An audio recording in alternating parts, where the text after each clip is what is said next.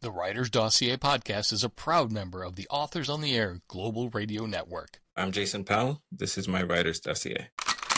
No writers were harmed in the production of this podcast.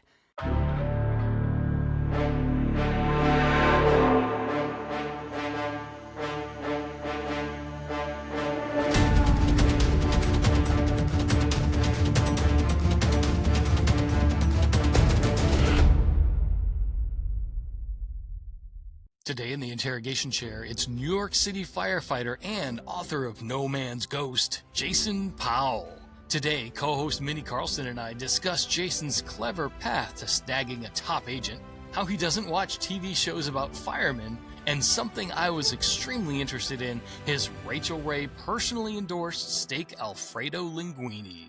Welcome to the Dossier Podcast. Hey everybody, welcome back to another episode of the Dossier Podcast. I'm here joined by my fabulous co-host, Mindy Carlson. Rotating co-host, she's doing her wave. Hi. I had something I was going to describe you as. It went something like beautiful and delirious, but those wasn't it. I can't remember, but delirious. I mean, delirious sort of fits right now.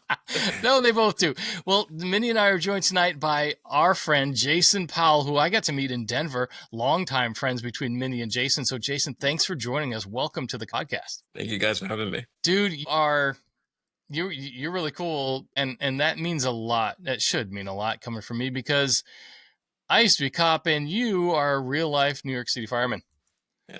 People think that we're enemies, but we're actually pretty good. Pretty good friends.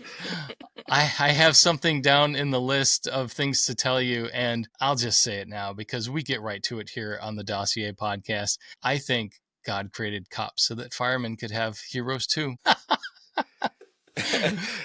And what is the reason that God created comedians? Oh, I don't know. Tell us. No, I was just wondering. That was very funny. That's pretty good.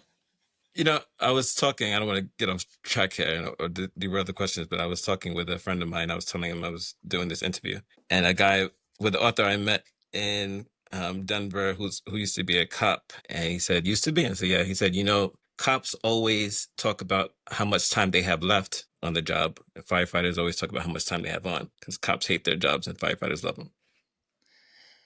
I get that. That's pretty true. I feel like that's pretty true. Yeah. Well, hey, we're here tonight to talk about No Man's Ghost. It's a stunning novel about a firefighter in New York City. You're a firefighter in New York City, but there it is. Yes, that beautiful cover. You're much more than that, though. You're the youngest of 9 children. You've written other fiction, and I'm told that your steak alfredo linguini is so good that this podcast might go from the Writer's Dossier to a cooking show if I let it. We have an unusual relationship with food around here, so tell us all, Jason, how do you make your linguini? So a few years ago, 2019, I guess that was 6 years ago, I was me and 3 other firefighters were invited to join Rachel Ray for her red, white, and actually I have it here. For her issue. Oh, Red, hot, and blue. Oh, nice. Very cool. So they do firefighter recipes in that issue. They do it once a year. And Rachel Ray is a very huge supporter of the fire service. And so they told us that we might be invited to talk about recipes that we know. So I went online and I was trying to find something fancy. Honestly, I just chose the name because it sounds fancy, steak gorgonzola alfredo. But it's pretty straightforward. Nice. So you use skirt steak. We make the white sauce with heavy cream and Parmesan cheese, salt and pepper. And then I just buy a block of gorgonzola and I crumble it myself. So all the ingredients are pretty simple. I cook the skirt steak medium well. But the process of cooking it looks fancy. So if I have a date, it looks impressive. I don't know, Minnie, my mouth's watering here. We're going to have to cut this podcast short. I'm just glad that he didn't choose like a typical chili for that issue. I feel like that's a very cliche dish for firefighters. Yeah. That's not going to make the cover.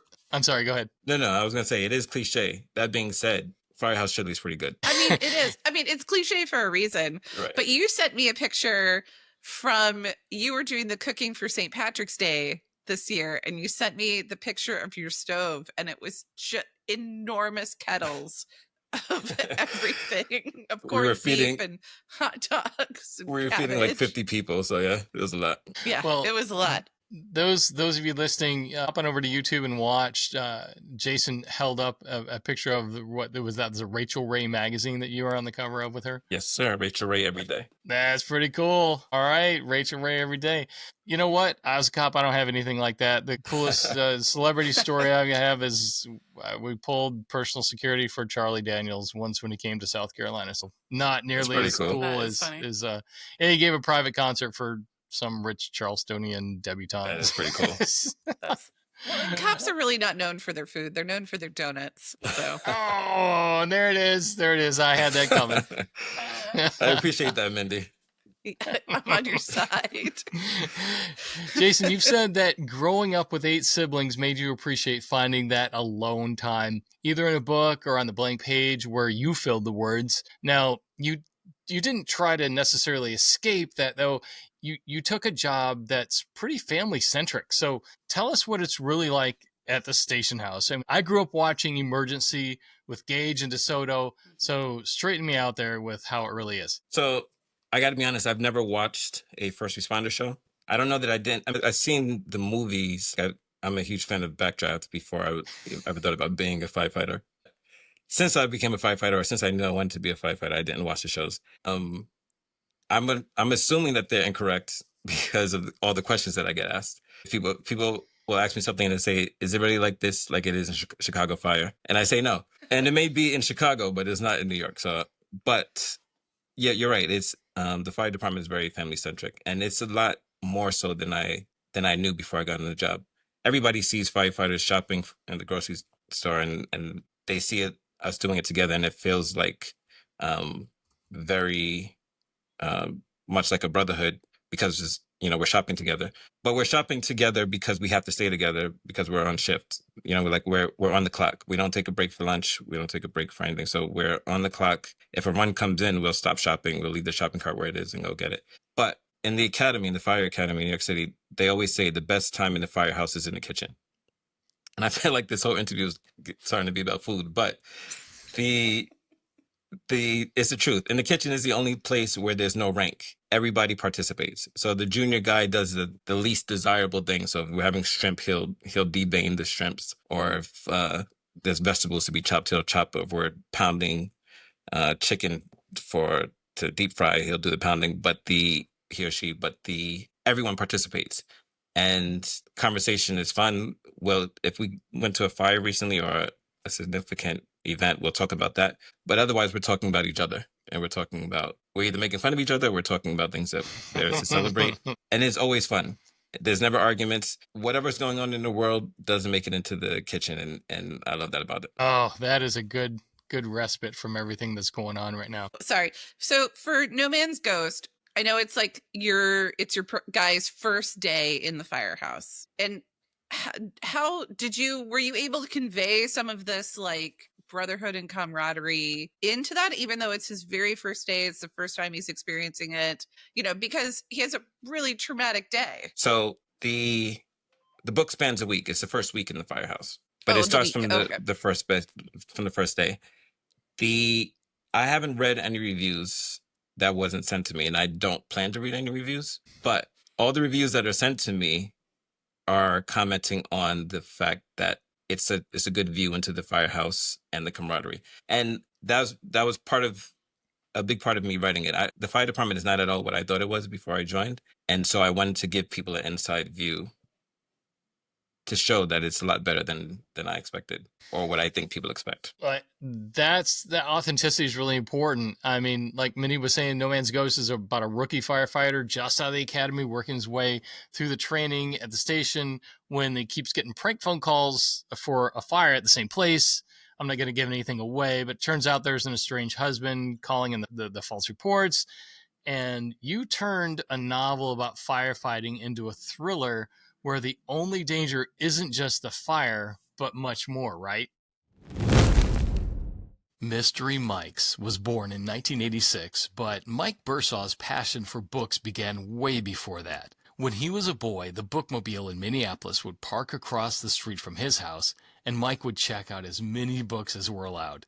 By the time he was 15, he was working for a wholesale bookseller, and he's been selling books ever since. Mystery Mike is a legend in the book community, and after a long career, he's closing up shop. It's tough to see the store close, but that means another thing: 45% off their entire inventory. Take advantage now. Things are literally flying off the shelves and being shipped all over the world. Head straight to MysteryMikes.com and get a great deal on books you're not going to find anywhere else.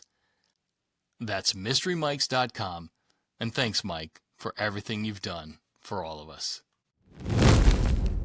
Yeah. Thank you. I love that description. Well, half of it's from Amazon. So, Oh, good. I mean, people just need to go to Amazon and just scoop this up. And because I keep hearing people say, oh, they'll tell Jack Stewart, oh man, I felt like I was right in the cockpit of that plane. Or they'll tell, Jack Carr, oh man, I felt like a Navy SEAL sniper, or whoever. People are telling you, oh, I get what it's like to be in a fire station, because the authenticity, you bring that to the book. You really do. Thank you. Publishers Weekly review that we got was pretty good. And their praise was that it takes the reader into what it feels like to be inside of a burning building, which is also what I wanted to bring. And not so much that I wanted people to experience what it's like to be in a burning building.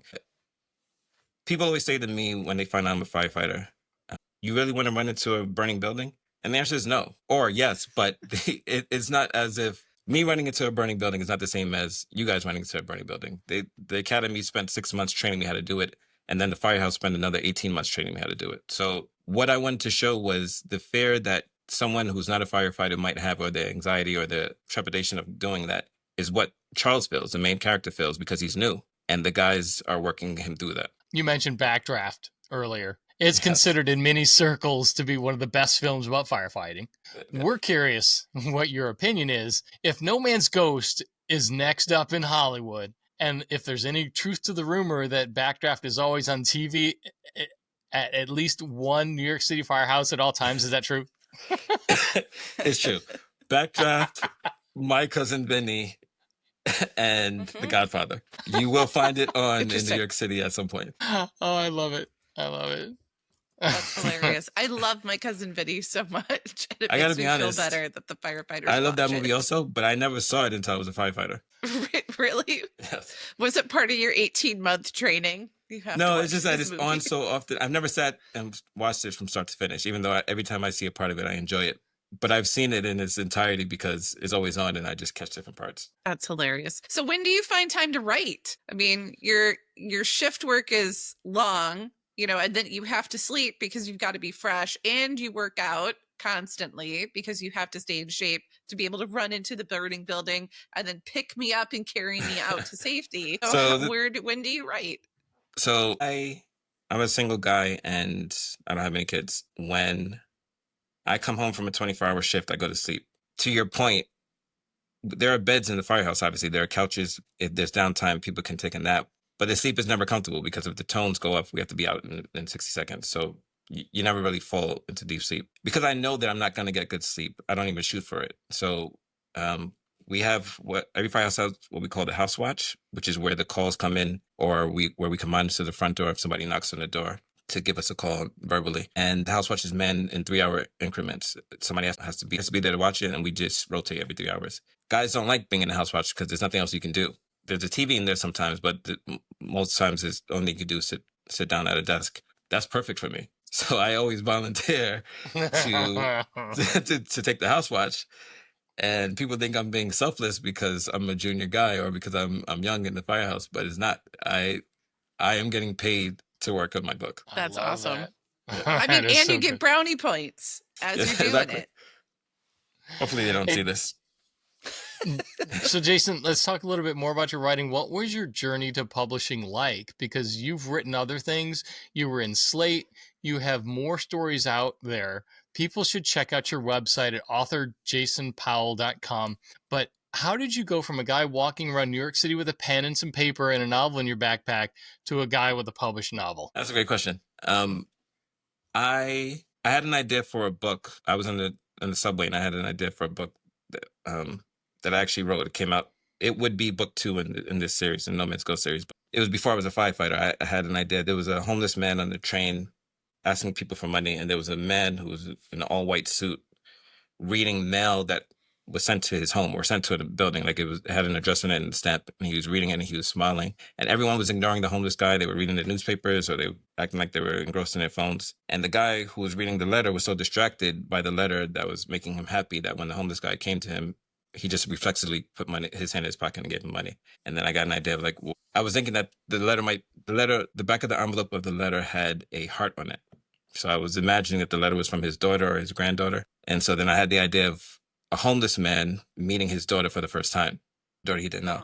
I was like, oh, that's a good idea for a story. And I wanted to write it. And then I started looking into traditional publishing and the difference between traditional publishing and self-publishing.